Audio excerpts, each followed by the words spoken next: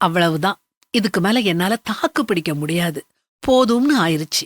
எனக்குன்னு யாருமே இல்ல. என்னைய பற்றி யாருக்குமே அக்கறை கிடையாது. என்னால தாங்க முடியல. நான் தனியாயிட்டேன். அழுது புலம்புறத தவிர என்னால வேற எதுவுமே செய்ய முடியாதுன்னு சொல்லி அழுதா மோனா. அழுதுகிட்டே அவ தன்னுடைய கஷ்டங்களையெல்லாம் என்கிட்ட சொன்னப்போ நான் இப்படித்தான் நினைச்சேன். நம்ம வாழ்க்கையில வர்ற பல பிரச்சனைகளுக்கு காரணம் என்னன்னா, நாம நம்முடைய நேரத்தையும் கண்ணீரையும் வேஸ்ட் பண்றதுதான். இத நான் 2 T's சொல்வேன். Time and tears.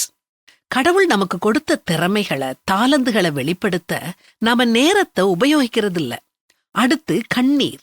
தேவையில்லாத இடங்கள்ல தேவையில்லாத மக்கள்கிட்ட நம்ம கண்ணீரை காட்டுறோம். இந்த 2 Tஸையும் நாம உபயோகிக்கிறத வச்சு நாம எப்படிப்பட்டவங்கன்னு சொல்லிடலாம். நான் மோனா கைய பிடிச்சிட்டு சொன்னேன், மோனா, நான் உன் நிலைமையில இருந்தேன்னா பிரச்சனைகளை மட்டுமே நினைச்சு அழுதுகிட்டு இருக்க மாட்டேன். ஏன்னா என் நேரமும் கண்ணீரும் ரொம்ப மதிப்பு வாஞ்சது. அதை என்ன புண்படுத்துற மக்களுக்காக நிச்சயமா வேஸ்ட் பண்ண மாட்டேன். நான் சொன்னதை கேட்ட உடனே மோனா அழுறத உடனே நிப்பாட்டுனா. யோசிக்க ஆரம்பிச்சா. உங்க நேரத்தையும் கண்ணீரையும் பத்திரப்படுத்துங்க. அடிக்கடி அழுறதுனால நாம நம்முடைய பலத்தை இழந்துருவோம், சோர்வடைஞ்சிருவோம், எதிர்கொள்ள திராணி இல்லாம போயிருவோம். திட்டமிட்டபடி வாழ்க்கை சீரா ஓடாது. எதிர்பாராத திருப்பங்கள், சறுக்கல்கள், கரடுமேடுகள் வரும். உடனே முன்னேறாம எல்லாத்தையும் விட்டுட்டு அழுதுகிட்டு இருந்தோம்னா நம்முடைய நேரமும் கண்ணீரும் தான் வீணா செலவாகி மனக்குழப்பம்தான் ஏற்படுமே ஒழிய வேற எந்த நன்மையும் ஏற்படாது.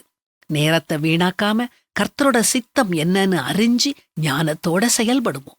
இதத்தான் வேதாகமமும் சொல்லுது. ஆனபடியினாலே நீங்கள் ஞானமற்றவர்களைப் போல நடவாமல் ஞானமுள்ளவர்களைப் போல கவனமாய் நடந்து கொள்ள பார்த்து நாட்கள் பொல்லாதவைகளானதால் காலத்தை பிரயோஜனப்படுத்திக் கொள்ளுங்கள்.